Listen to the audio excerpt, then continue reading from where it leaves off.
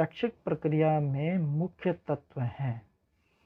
तो वो है, आंसर है इसका चौथा, अधिगमकर्ता, शिक्षक, अधिगम अनुभव, अधिगम प्रक्रिया और अधिगम परिस्थितियां। 95वां प्रश्न है, शिक्षा मनोविज्ञान वैज्ञानिक विधि से प्राप्त किए जाने वाले मानव प्रक्रियाओं के उन सिद्धांतों के प्रयोग को प्रस्तुत करता है जो शिक्षण और अधिगम को प्रभावित करते हैं। तो ये कथन है एलिस क्रो का। 96वां प्रश्न है, उस विधि का नाम बताइए जो भविष्यवाणियों के अतिरिक्त कथन कारक सिद्धांत पर आधारित है। वो है प्रयोगात्मक विधि। अगला प्रश्न, मनोविज्ञान का कौन सा संप्रदाय व्यवहार के विश्लेषण में अवचेतन विचारों, भावनाओं एवं स्मृति पर आधारित है? तो वह है मनोगतिक, दूसरा ऑप्शन। 98वां प्रश्न, अधिगम के संज्ञानात्मक क्षेत्र सिद्धांत का प्रतिपादन किसने किया? तो वो किया था कर्ट लेविन ने।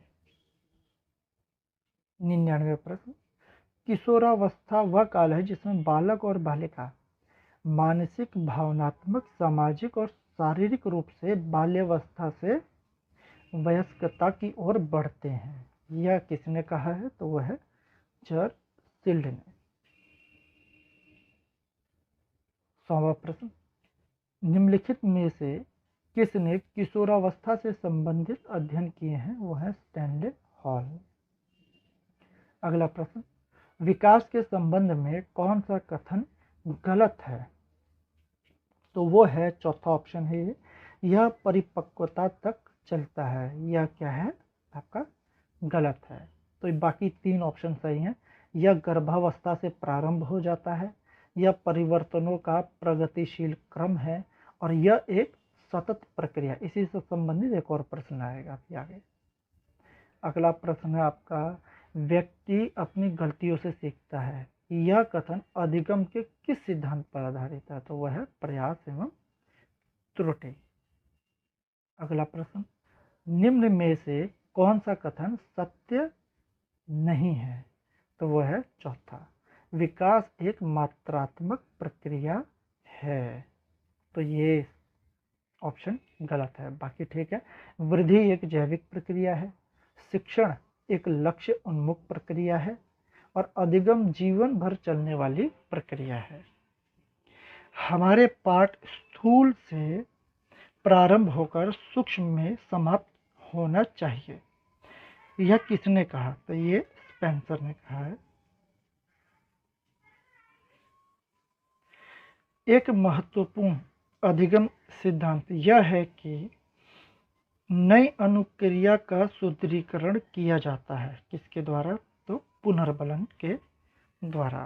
संज्ञानात्मक मनोविज्ञान के प्रतिपादक, यह प्रश्न भी क्या है, आयोग ने इसका भी आंसर नहीं दिया था।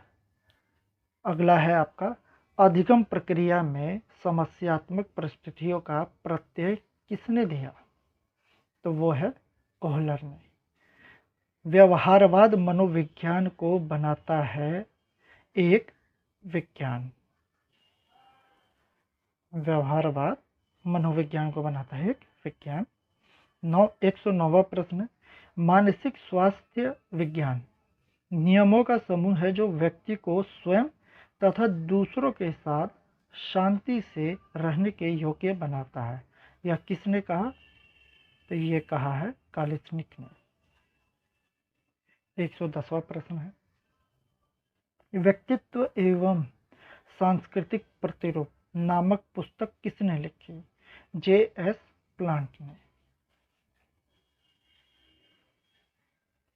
अगला प्रश्न है, आदतों को किसके माध्यम से अर्जित किया जाता है? तो वह है पुनरावृत्ति के द्वारा।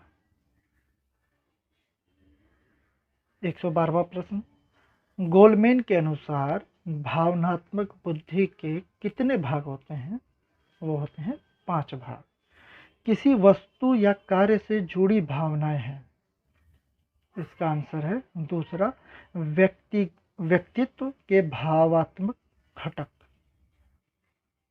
114वां प्रश्न, संचार पारस्परिकता के मूड में विचारों और भावनाओं का साझा करता है। यह किसने कहा? एडगर डेल ने। शिक्षण के एडवांस ऑर्गेनाइजर मॉडल का विकास किया डेविड पी आशुबेल ने। 116वां प्रश्न, चार्ट बनाते समय किस सोपान को ध्यान में रखना चाहिए? इसका और अगला जो प्रश्न है, एक शिक्षण प्रतिमान के कितने तत्व हैं? इन दोनों के आंसर आयोग ने फाइनल आंसर की में नहीं दिए। 118वां प्रश्न देखते हैं, निम्न में से कौन सा संप्रेषण प्रक्रिया के प्रमुख 4 तत्वों में सम्मिलित नहीं है? तो वो है भाषा, यानी आपकी जो कम्युनिकेशन है उसके जो प्रमुख 4 तत्व हैं उसमें सम्मिलित नहीं है, तो वो है भाषा, क्योंकि भाषा भी क्या है? स्रोत है। तो इसके बाकी 3 आंसर सही हैं, माध्यम, संदेश और स्रोत। 119वां प्रश्न, निम्न में से कौन सा इंटरनेट नेटवर्क का घटक नहीं है? तो वो है स्पीकर। आसान था ये प्रश्न। 120वां प्रश्न है, शैक्षिक तकनीक के मृदु उपागम के जनक थे, यानी शैक्षिक तकनीक के सॉफ्टवेयर अप्रोच की बात यहाँ पर हो रही है कि सॉफ्टवेयर अप्रोच, तो वो कौन है? BF Skinner. 121वां प्रश्न, इस रूप में कंप्यूटर सहायक अधिकाधिक प्रयोगी होगा। तो कैसे? व्यक्तिगत सीखने की गति के साथ अधिगम अनुभव प्रदान करना। 122वां है, सीसीटीवी की फुल फॉर्म पूछी है यहाँ, तो वो क्या है? Close circuit television. अगला प्रश्न, शिक्षा में शिक्षण मशीन का विकास किसने किया? एसएल प्रेसी ने।